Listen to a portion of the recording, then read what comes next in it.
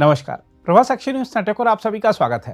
प्रधानमंत्री नरेंद्र मोदी आज छठे बिम्स्टेक शिखर सम्मेलन में भाग लेने के लिए 2 दिवसीय यात्रा पर थाईलैंड पहुंचे, जहां उप प्रधानमंत्री सूर्या जुंगरुंगरी किट ने गर्मजोशी से उनका स्वागत किया। बैंकॉक के डॉन मुआंग हवाई अड्डे पर प्रधानमंत्री के आगमन पर सिख समुदाय के लोगों ने भांगड़ा किया। इस दौरान बड़ी संख्या में भारतीय समुदाय के लोग भी उपस्थित थे। प्रधानमंत्री ने सभी का अभिवादन स्वीकार किया।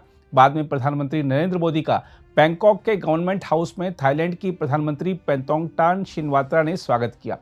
प्रधानमंत्री नरेंद्र मोदी को यहां औपचारिक गार्ड ऑफ ऑनर भी दिया गया। इसके बाद प्रधानमंत्री नरेंद्र मोदी ने बैंकॉक में थाई प्रधानमंत्री शिनवात्रा के साथ प्रतिनिधिमंडल स्तर की वार्ता की।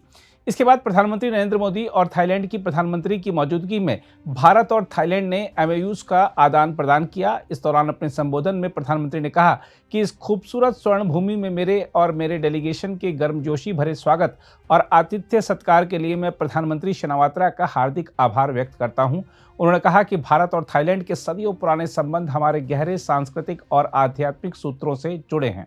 इस खूबसूरत स्वर्ण भूमि में मेरे और मेरे डेलीगेशन के गर्मजोशी भरे स्वागत और आतिथ्य के सत्कार के लिए मैं प्रधानमंत्री शेनावत का हार्दिक आभार व्यक्त करता हूं। 28 मार्च को आए भूकंप में हुई जनहानि के लिए मैं भारत के लोगों की ओर से गहरी संवेदनाएं प्रकट करता हूं और हम घायल हुए लोगों के शीघ्र स्वस्थ होने की कामना करते हैं। फ्रेंड्स, भारत और थाईलैंड के सदियों पुराने संबंध हमारे गहरे सांस्कृतिक और आध्यात्मिक सूत्रों से जुड़े हैं। बौद्ध धर्म के प्रसार ने हमारे जन जन को जोड़ा है। अयोध्या से नालंदा तक विद्वानों का आदान प्रदान हुआ है। रामायण की कथा थाई लोक जीवन में रची बसी है और संस्कृत पाली के प्रभाव आज भी भाषाओं और परंपराओं में झलकते हैं। मैं थाईलैंड सरकार का आभारी हूं कि मेरी यात्रा के उपलक्ष्य में 18वीं शताब्दी की रामायण म्यूरल पेंटिंग्स पर आधारित एक विशेष डाक टिकट जारी किया गया है। प्रधानमंत्री शेनावत ने अभी मुझे त्रिपिटक की भेंट की। बुद्ध भूमि भारत की ओर से मैंने इसे हाथ जोड़कर स्वीकार किया। पिछले वर्ष भगवान बुद्ध के पवित्र रेलिक्स को भारत से थाईलैंड भेजा गया।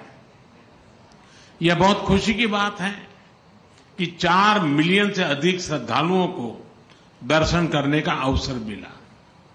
मुझे यह घोषणा करते हुए अत्यंत खुशी है कि 1960 में गुजरात के अरावली में मिले पवित्र रेलिक्स को भी थाईलैंड दर्शन के लिए भेजा जाएगा। इस वर्ष भारत में महाकुंभ में भी हमारा पुराना कनेक्शन दिखाई दिया। थाईलैंड समेत अन्य देशों से 600 से अधिक बौद्ध श्रद्धालु इस आध्यात्मिक और सांस्कृतिक सभा का हिस्सा बने। इस आयोजन ने वैश्विक शांति और सामंजस्य का संदेश दिया। फ्रेंड्स, भारत की एक्ट ईस्ट पॉलिसी और हमारे इंडो पैसिफिक विजन में थाईलैंड का विशेष स्थान है। आज हमने अपने संबंधों को स्ट्रैटेजिक पार्टनरशिप का रूप देने का निर्णय लिया है। सुरक्षा एजेंसियों के बीच स्ट्रैटेजिक डायलॉग स्थापित करने पर भी चर्चा की। साइबर क्राइम के शिकार भारतीयों को वापस भारत भेजने में थाईलैंड सरकार से मिले सहयोग के लिए हमने थाईलैंड सरकार का आभार प्रकट किया। हम सहमत हैं कि हमारी एजेंसीज ह्यूमन ट्रैफिकिंग और इलीगल माइग्रेशन के खिलाफ एकजुट होकर काम करेगी।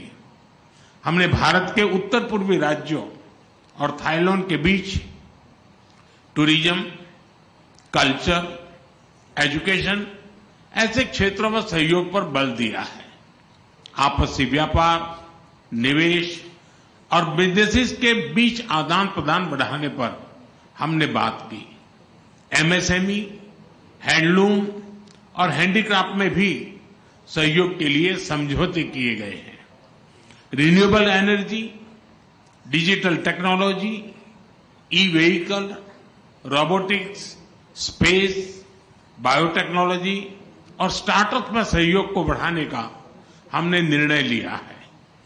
फिजिकल कनेक्टिविटी के साथ साथ दोनों देशों के बीच फिनटेक कनेक्टिविटी बढ़ाने पर भी काम किया जाएगा। पीपल टू पीपल एक्सचेंजेस को बढ़ावा देने के उद्देश्य से भारत ने थाई पर्यटकों के लिए फ्री ई वीजा सुविधा देनी शुरू कर दी है। फ्रेंड्स, आसियान भारत का कॉम्प्रिहेंसिव स्ट्रेटेजिक पार्टनर है और इस क्षेत्र में मैरीटाइम पड़ोसी देशों के नाते क्षेत्रीय शांति, स्थिरता और समृद्धि में हमारे साझा हित है। भारत आसियान यूनिटी और आसियान सेंट्रलिटी का पूर्ण समर्थन करता है। इंडो पैसिफिक में free, open, inclusive and rule based order का हम दोनों समर्थन करते हैं। हम विस्तारवाद नहीं, विकासवाद की नीति में विश्वास रखते हैं। इंडो पैसिफिक ओशंस इनिशिएटिव के मैरीटाइम इकोलॉजी पिलर को लीड करने के लिए थाईलैंड के निर्णय का हम स्वागत करते हैं। फ्रेंड्स, कल बिम्स्टेक समिट में भाग लेने के लिए मैं उत्सुक हूं। थाईलैंड की अध्यक्षता में इस फोरम के अंतर्गत क्षेत्रीय सहयोग को नई गति मिली है। इसके लिए हम प्रधानमंत्री और उनकी टीम का अभिनंदन करते हैं। हम आपको यह बता दें कि आज शाम प्रधानमंत्री की मौजूदगी में थाईलैंड, बांग्लादेश, श्रीलंका, नेपाल, म्यांमार और भूटान के बिम्स्टेक नेताओं के साथ समुद्री सहयोग समझौते पर हस्ताक्षर होंगे। बिम्स्टेक शिखर सम्मेलन में मोदी नेपाल के प्रधानमंत्री केपी शर्मा ओली, बांग्लादेश के मुख्य सलाहकार मोहम्मद यूनुस और म्यांमार के सैन्य नेता मिन आंग हलिंग सहित अन्य लोगों से मुलाकात करेंगे। हम आपको बता दें कि यह 2018 में नेपाल के काठमांडू में चौथे बिम्स्टेक शिखर सम्मेलन के बाद बिम्स्टेक नेताओं की प्रत्यक्ष रूप से पहली बैठक होगी। पिछला शिखर सम्मेलन मार्च 2022 में कोलंबो में वीडियो कॉन्फ्रेंस प्रारूप में आयोजित किया गया था। मोदी शुक्रवार को थाईलैंड के राजा महावजीरालोकोर्न, जिन्हें रामा 10वें के नाम से भी जाना जाता है, और रानी सुथिदा से भी मुलाकात करेंगे। मोदी और थाईलैंड की प्रधानमंत्री शिनावात्रा वाट फो का दौरा करेंगे, जो थाईलैंड के शीर्ष 6 मंदिरों में से एक है। यह जगह लेटे हुए बुद्ध की विशाल प्रतिमा के लिए प्रसिद्ध है।